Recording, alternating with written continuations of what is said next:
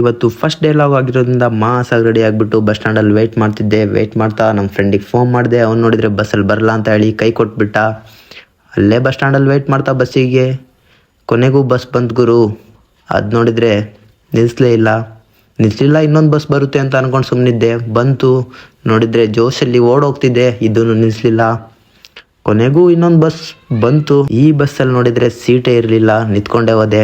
ಕೊನೆಗೆ ಬಂದಿದ್ದೆ ದಾವಣಗೆರೆಗೆ ಬಂದು ನನ್ನ ಫ್ರೆಂಡಿಗೆ ಫೋನ್ ಮಾಡಿದರೆ, ನೀನು ಹೋಗಿರು ನಾನು ಬರ್ತೀನಿ ಅಂದ. ಸಿಟಿ ಬಸ್ ಬಂತು, ಹತ್ಕೊಂಡೆ. ಇದರಲ್ಲಿ ಸೀಟ್ ಸಿಕ್ತು ಅಂತ ಹೇಳಿ ಫುಲ್ ಖುಷಿಯಾಗಿ ಬಂದಿದ್ದೆ ಜಯದೇವ ಸರ್ಕಲ್ಗೆ.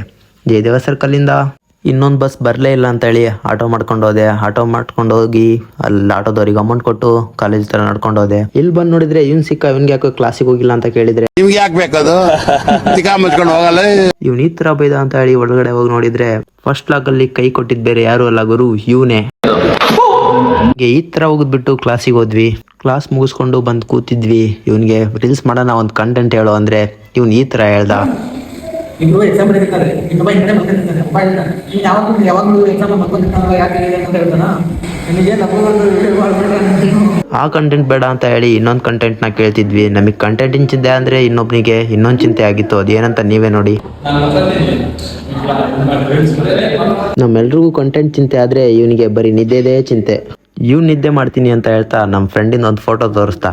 ಆ ಫೋಟೋ ನೋಡಿ ನಾನು ವಿಡಿಯೋ ಮಾಡಿದೆ ಅಂತ ಇವ್ನು ಈ ಥರ ಬೈದ್ಬಿಟ್ಟ ಗುರು.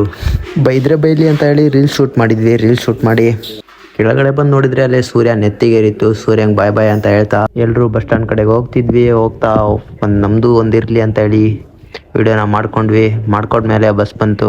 ನಮ್ಮೆಲ್ರಿಗೂ ಮನೆಗೆ ಹೋಗೋ ಚಿಂತೆ ಆದರೆ ಇವನಿಗೆ ಫೋನಲ್ಲಿ ಮಾತಾಡೋ ಚಿಂತೆ. ಫೋನಲ್ಲಿ ಮಾತಾಡ್ತಿದ್ದ ಅಂತ ಹೇಳಿ ವಿಡಿಯೋ ಮಾಡಿದರೆ ಫೋನೇ ಕಸ್ಕೊಂಡ್ಬಿಟ್ಟ ಗುರು. ಅಲ್ಲಿಂದ ಡೈರೆಕ್ಟ್ ಬಂದಿದ್ದೆ ಊಟ ಮಾಡೋಕ್ಕೆ. ಊಟ ಮಾಡೋಣ ಅಂತ ಬಂದ್ವಿ. ನಾನು ಬೇಗ ಊಟ ಮಾಡ್ಕೊಂಡೆ. ನಾನು ಊಟ ಮಾಡ್ಕೊಂಡು ಇವನಿನ್ನು ಊಟ ಮಾಡೋದ್ರಲ್ಲೇ ಇದ್ದ. ಊಟ ಮುಗಿಸ್ಕೊಂಡು ಆಮೇಲೆ ಬಂದಿದ್ದೆ ಬಸ್ ಸ್ಟಾಪ್ಗೆ.